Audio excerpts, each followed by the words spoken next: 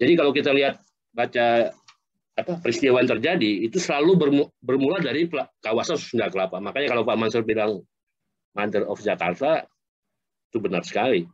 Bahkan Jakarta sebagai ibu kota bisa jadi nanti Sunda Kelapa itu Mother of Indonesia gitu ya.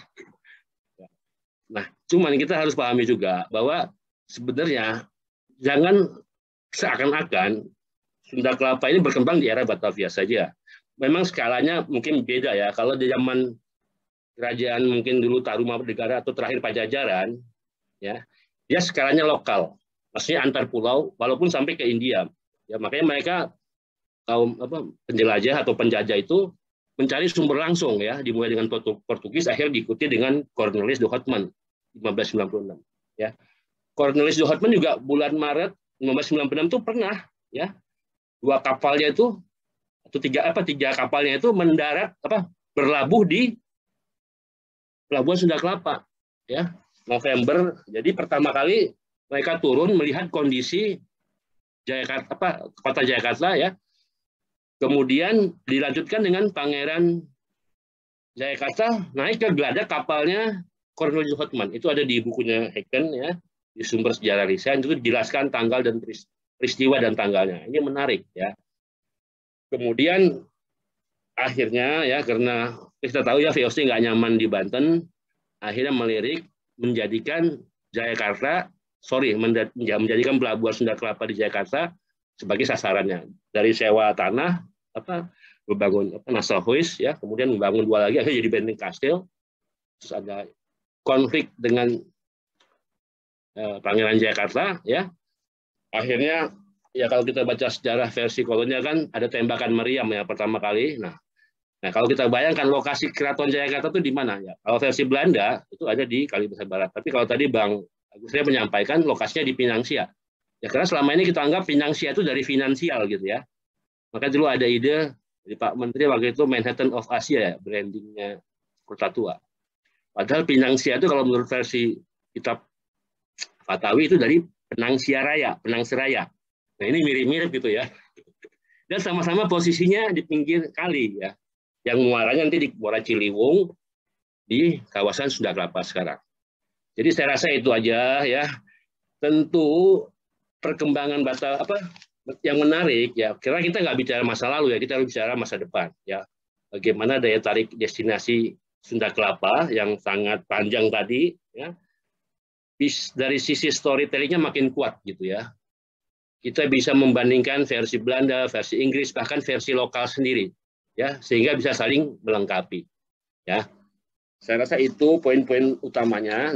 Nah, menariknya saat ini ya untuk masa depan, karena sekarang kan kita lagi mau mengajukan jalur rempah ya, jalur rempah internasional ya. Jadi jaringan perdagangan karena Sunda Kelapa sebelum menjadi rendezvous, menjadi pusat pemerintah, pusat pusat perdagangan, bahkan pusat pemerintahan VOC. Itu juga sudah menjadi pelabuhan Nusantara gitu loh. Ini sama kayak Hong Kong gitu ya. Hong Kong sebelum ditaklukkan ya pelabuhan juga, cuman yang skalanya masih kecil atau kurang modern lah ya dibanding setelah Hong Kong ditaklukkan Inggris gitu kan. Nah, pelabuhan Sunda Kelapa juga demikian ya. Jadi perbedaan skala saja gitu ya. Nah, yang menarik adalah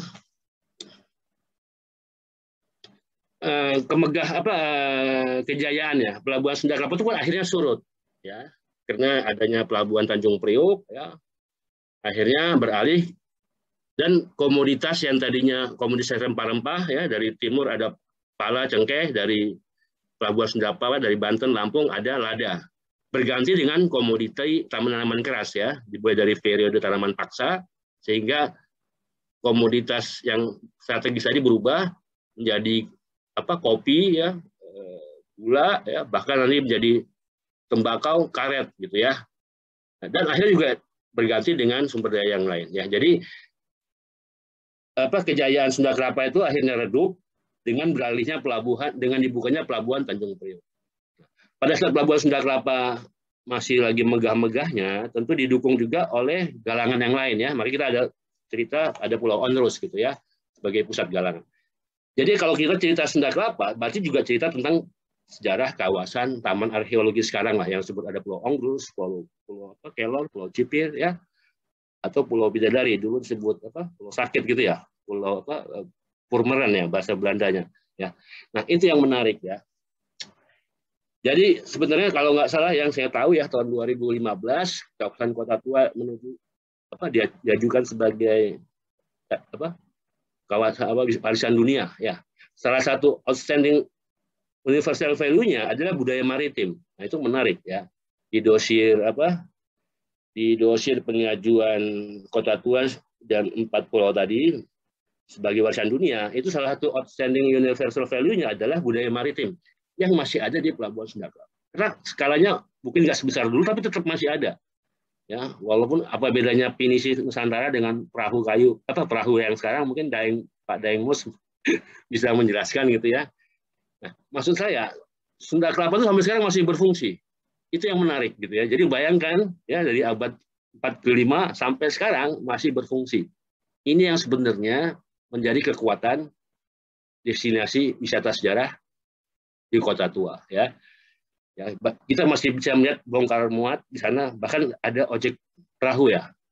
Kan Pak Nofri udah tahu gitu ya. Pak Sekar, Pak Daeng Mansur dulu yang ngajak saya pertama kali ya. Kita bisa sewa perahu, ojek perahu. Satu perahu itu 60-80 ribu, menyisiri kawasan pelabuhan, tapi bukan dari dermaga, tapi dari jalur laut yang menuju nanti dua menara di ujung. Sehingga wisatawan itu bisa melihat pelabuhan dari sisi luarnya. Selama ini kan kita lihat dari daratannya. Nah, itu menarik menurut saya. Ya, walaupun dari sisi safety-nya masih kurang ya. Nggak ada safe jacket pelampung keamanannya. Makanya kalau ke sana saya suka bercanda bahwa air mineral 1,5 liter 2 botol gitu ya. Jadi kalau kecemplung bisa pakai pelampung. Tapi ini menarik gitu ya. Makanya kita dulu waktu itu mau Pak Daeng Mansur ada komunitas rencana mau membantu lah ya, mengasih alat pelampung sehingga standar keamanannya tinggi. Tapi setelah itu ada kejadian ramai gitu kan, akhirnya kampung akuarium gitu ya. Nah, ini juga salah satu kehidupan masyarakat yang masih ada gitu ya. Jadi saya rasa itu menariknya, relevansinya Sunda Kelapa ya, bahwa dia itu sebagai Mother of Jakarta, bahkan Mother of Indonesia, sebagai cerita awal Jakarta, itu masih relevan karena ada daya tarik tadi gitu loh. Ya, belum dibangun tembok, kita masih bisa melihat pantai gitu ya, pelabuhan gitu ya. Apalagi dari Batavia Marina ya. Pak Sekar mana? Pak Sekar suka ketemu di lantai 5 Batavia Marina ya. Jadi kalau kita di Batavia Marina lantai 5, kita bisa melihat kawasan Sunda Kelapa secara utuh. Ya, kalau Bang Agus tadi cerita tentang perang laut di situ cocok banget gitu ya. Maksudnya view-nya bagus dari lantai 5 ya, atau dari menara masjid Luar Batang ya, Pak Daeng Mansur ya. Tapi tingginya 50 meter, saya pernah naik 3 hari kakinya pegel gitu ya, pahanya. Tapi maksud saya ya, saya ngebayangin kalau kita bawa wisatawan grup ya, jelasnya itu dari atas gitu ya, view-nya kelihatan kalau dari Batavia Marina kelihatan kawasan bongkar muatnya, juga kelihatan kampung Luar Batangnya, menaranya 2. Satu menara harganya berapa ya, Pak Daeng Mansur? 2 miliar? 8 miliar. Ya, maksud saya keren gitu kan. Kalau saya foto dari menara Masjid Luar Batang ke arah Pelabuhan Kelapa, orang nggak nyangka itu ada di Kota Tua. Ya. Karena angle sangat bagus, gitu. Walaupun sekarang ada drone ya. Jadi saya rasa itu ya, justru yang perlu kita buat ini kan storytelling ya. Dari fakta-fakta sejarah, membuat narasi dan interpretasi dalam bingkai pesan pentingnya misalnya keberagaman ya, bahwa apapun namanya, mulai dari tadi disebut Sunda Kelapa, Jayakarta, Batavia, ini adalah kawasan pesisir ya, sehingga budayanya cair gitu ya, pluralistik ya, budaya multikulturnya kuat ya. Nah, inilah sebenarnya keberagaman inilah sebenarnya menjadi relevan dengan kehidupan kosmopolitan atau kota megapolitan Jakarta saat ini. Jadi saya rasa itu ya. Jadi kalau kita bicara identitas Kota Tua, periode Sunda Kelapa maupun Jayakarta jangan dihapus, jangan dihilangkan. Ya. Apalagi kita bicara prasasti Padrau. prasasti pertama di Nusantara sampai ya itu adalah Perjanjian Padrau ya jadi itu menarik ya. Jadi waktu itu kunjungan balasan ya. Jadi emang waktu menjelang 1527 ya itu kan kekuatan Demak makin kuat ya. Poros Demak, Cirebon ya itu makin kuat, akhirnya Banten, sehingga kerajaan Pajajaran waktu itu agak gusar sehingga membangun poros baru dengan Portugis yang baru tiba di Malaka. Nah, jadi kalau nggak salah yang diutus itu ratunya pada saat itu pangeran ya, pewaris tahtanya Surawisesa. Jadi sebelum kunjungan Portugis ke ke Pajajaran itu udah 2 kali putra mahkota Surawisesa ke Portugis ketemu Alfonso ya.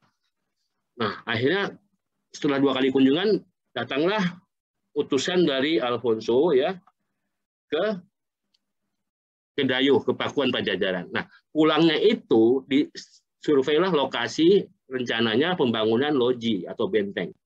Ya, itu diabadikan dengan Padrau. Ya, Padrau itu jadi nggak hanya Padrau ya, testimoninya, buktinya, bukti sejarahnya juga ada perjanjiannya sendiri yang ada di Lisabon. Jadi ada surat perjanjian.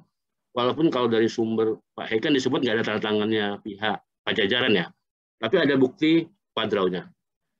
Ya, nah ini menarik karena Padrau itu akhirnya ditemukan kembali tahun 1918 waktu ada pembangunan gudang di kawasan Prinsenstraat yang sekarang Jalan Cengkeh. Persisnya di siku antara Jalan Nelayan Timur dengan Jalan Cengkeh. Itu kalau sekarang kita bilang di pojoknya lokasi binaan lah, ya, itu tanahnya Pemda gitu ya. Yang sekarang dari lokasi binaan buat PKL ya atau tempat parkir. Nah, tahun 1918 ditemukan, sekarang disimpan di Museum Nasional. Terakhir katanya dulunya sebelum di storage-nya, akhirnya dibangun sekarang di ruang pameran Museum Nasional. Nah, replikanya ada di Museum Sejarah Jakarta. Nah, saya bayangkan kalau prasa itu dibuat replikanya di titik ditemukannya, ya maka akan menjadi landmark, ikon baru ya, yang menjelaskan bahwa Kota Tua itu sejarahnya sudah ada sejak zaman Pajajaran atau Sunda Kelapa. Ya, itu akan menarik. Ya, maksud saya ya, karena sekarang ini antara Fathahillah yang menjadi crowd ya pusat kerumunan dengan Pelabuhan Sunda Kelapa, kawasan Sunda Kelapa ya, tadi ada Museum Baharinya, ada Sah Bandar, ada kawasan pelabuhan, ada makam keramat, bahkan ada Kampung Bandan. Harusnya Kampung Jayapati, Japat juga ada daya tariknya itu ya, ada yang Muslim ya. Ya, maksud saya itu adalah itulah sebenarnya destinasi wisata yang ada di kawasan Sunda Kelapa ya, pesisir ya. Nah, sehingga kalau ada Padrau itu ada kembali di posisinya ya, kita nggak jadi seakan-akan Kota Tua itu identik dengan Batavia saja. Karena sebelum Batavia ada Jayakarta. Keraton Jayakarta di mana? Ada 2 versi tadi kan, di versi Kali Besar Barat atau di Nelayan Timur. Di jalan tadi Bang Agus Ray bilang, Bang Jodra bilang di jalan Pinangsia ya, Pinangsia Timur. Ya, nah ini akan kelihatan gitu loh tapaknya. Ya, jadi kembali lagi intinya ya masalah identitas itu adalah milik masyarakat. Ya, jadi identitas itu nggak bisa datang dari langit, gitu ya. Harus masyarakat terlibat, ya, karena identitas menjadi penting sebelum kita buat branding Kota Tua. Ya, jadi bukan brandingnya maunya Pak Menteri, maaf ya, maunya Gubernur. Ajaklah masyarakat, ya, terutama tokoh-tokoh masyarakat, atau jangan serahkan sama konsultan gitu ya. Biasanya mau cepat selain konsultan. Akhirnya nggak ada diskusi panjang ya. Jadi sebenarnya identitas suatu wilayah, termasuk destinasi, adalah milik masyarakat lokal itu sendiri. Makanya senang sekali kalau Pak Daeng Mansur dan teman-teman ya, Pak Daeng Muslim, Mbak Sekar, punya corong ini ya. Karena eranya sekarang udah eranya literasi digital gitu ya. Ya, jadi kita bisa setiap saat untuk berdiskusi ya. Intinya kita melihat juga ke depan ya. Jadi bukannya sejarahnya, tapi potensi yang ada di kawasan. Revitalisasi hanya fisik. Ya. Tapi kalau jiwanya nggak ada, storytellingnya nggak kuat, interpretasinya nggak kuat, kalah kita bersaing sama destinasi wisata secara global ya. Ya. Makanya kalau kita melihat tadi ya sejarah Sunda Kelapa dari 3 periode bahkan 4 periode tadi, wah mungkin di kota pelabuhan lain tidak ada. Ya, jadi saya rasa itu ya awalnya sih kaum bangsa penjelajah atau penjajah itu memang menguasai pelabuhan dulu. Ya, jadi kalau kita lihat periode Sunda Kelapa dari masa VOC sampai masa Hindia Belanda, ya mereka pasti menguasai kawasan pelabuhan dulu. Ya. Tapi secara perlahan dan pasti mereka akhirnya menguasai seluruhnya karena antar kerajaan Nusantara dapat terjadi konflik sendiri. Ya, apakah itu kita sebut DVD Impera gitu ya dari sisi perspektif kita atau sebaliknya antar kerajaan Nusantara yang kalah minta tolong VOC gitu kan nggak ada no freelance gitu ya akhirnya harus menghilangkan kekuasaannya akhirnya semuanya dikuasain oleh VOC ya. Yang waktu pemberian tidak langsung dan masa Hindia Belanda akhirnya menjadi pemerintahan langsung ya. Dan kita tahu Batavia juga akhirnya menjadi New Batavia gitu ya di awal abad ke-19 ya, benteng tembok dirubuhkan tapi pelabuhan Sunda Kelapa masih berfungsi. Ya. Sampai akhirnya dibangunnya Tanjung Priok, ya, sehingga Sunda Kelapa pun habis ya. Nah, yang sebagai menarik juga begini ya, Bapak Ibu, kalau kita lihat dari beberapa referensi, ya, yang disebut itu Kalapa, ya. Tommy Pires maupun dalam Carita Parahyangan itu menyebutnya Kalapa, tidak pernah Sunda Kelapa gitu. Emang Kalapa itu pernah menjadi vasal dari atau bagian dari kerajaan Pakuan Pajajaran. Ya, tapi itu tetap disebut Kalapa gitu ya. Nah ini menarik. Ya, namanya itu Kalapa, bukan Sunda Kelapa. Ya kerajaan Sunda sendiri yang akhirnya sebagai penerus dari Tarumanegara yang masih Hindu akhirnya menjadi Buddha. Nah sekarang tadi Bang Agus cerita masalah Fathahilah gitu ya. Kalau kita buka di kitab Fathawi atau yang kita dapat saya cerita, sekarang ada 3 versi Fathahilah gitu kan. Nambah versinya ya. Pertama versi Cirebon ya. Versi Banten ya. Fathahilah sama dengan Sunan Gunung Jati. Kemudian versi Cirebon Fathahilah berbeda dengan Sunan Gunung Jati, bahkan mereka punya makamnya ya berdasarkan kitab Carita Purwaka Nagari ya. Nah, ini ada versi ketiga kalau menurut kitab Fathawi bahwa beliau itu adalah anak dari Raja Sunda Kelapa kelima Gandarama yang adiknya menjadi kawin dengan Surawisesa sebagai jalan kompromi ya supaya Sunda Kelapa menjadi vasal dari Pajajaran ya. Yang menarik. Nah, itu emang harus dibuka ya, namanya suatu sumber baru ya harus kita uji juga gitu ya secara filologis ya, kritik intern, kritik ekstern, tapi jangan diabaikan. Daripada kita hanya bersumber dari kolonial. Ya. Apakah dari Tommy Pires ya dengan Suma. Jadi saya rasa ini menarik ya diskusi ini Pak Dayang Mansur sehingga bisa menjadi narasi yang kuat lah ya dengan masuknya literasi dari sumber lokal ya karena waktu itu Bu Mona Lohanda maupun Pak Iken menyayangkan tidak ada sumber lokal. Ya.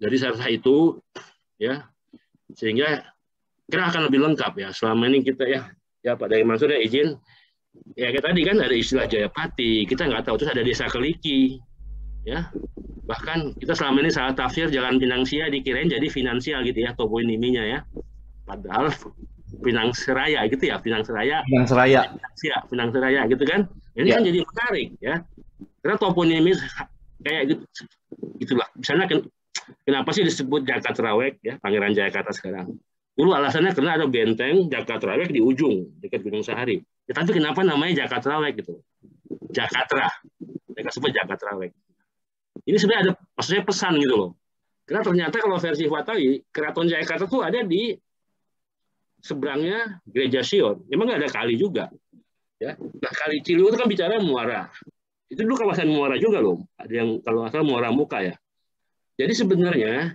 ini menarik karena Kali Ciliwung sini pecah gitu kan satu yang ke Pinang Siak tadi ya yang samping Gereja Sion seberangnya ada lagi yang kanal tengah gitu kan ada lagi Jalangkeng ya yang sisi baratnya.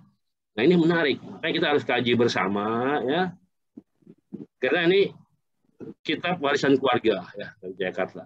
Senang sekali kalau dari pihak keluarga Jakarta bisa membuka kitab tersebut untuk ditelaah secara ilmiah. Ya, banyak sekali novelty yang hal-hal yang baru yang bisa memperkuat narasi. Ya, kalau kita dari sisi apa istilahnya, teman-teman pariwisata senang saja gitu ya, storytellingnya makin banyak gitu kan, makin kuat. Yang penting tergantung rujukannya.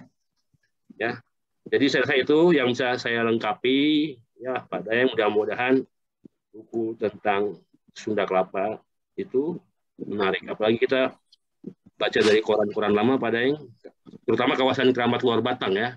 Itu ada berapa 200 artikel. Kalau kita masuk ke bibliotek Belanda, Nederland.nl, yang bisa menjadi cerita, gitu ya. Juga pelabuhan Sunda Kelapa dari masa ke masa. Itu aja, ya lebih kurangnya. Mohon maaf, ya. Semoga nanti Mother of Jakarta, gitu ya. Cerita awal Jakarta, titik mulai Jakarta, yang menjadi apa? Ibu kota kan, yang penting kan ibu kota belum pindah gitu ya, jadi masih relevan gitu kan. Bahwa Jakarta, makanya kalau saya bilang kota tua atau termasuk Sunda Kelapa adalah miniaturnya Indonesia, ya. Maksudnya jiwanya, semangatnya, ya, persatuannya, keberagaman itu yang harus kita pertahankan. Ya, jadi ini akan menjadi narasi yang bagus sekali, ya, untuk menjadi daya tarik wisata. Itu aja yang bisa saya sampaikan. Lebih kurangnya mohon maaf. Assalamualaikum warahmatullahi wabarakatuh. Waalaikumsalam warahmatullahi wabarakatuh.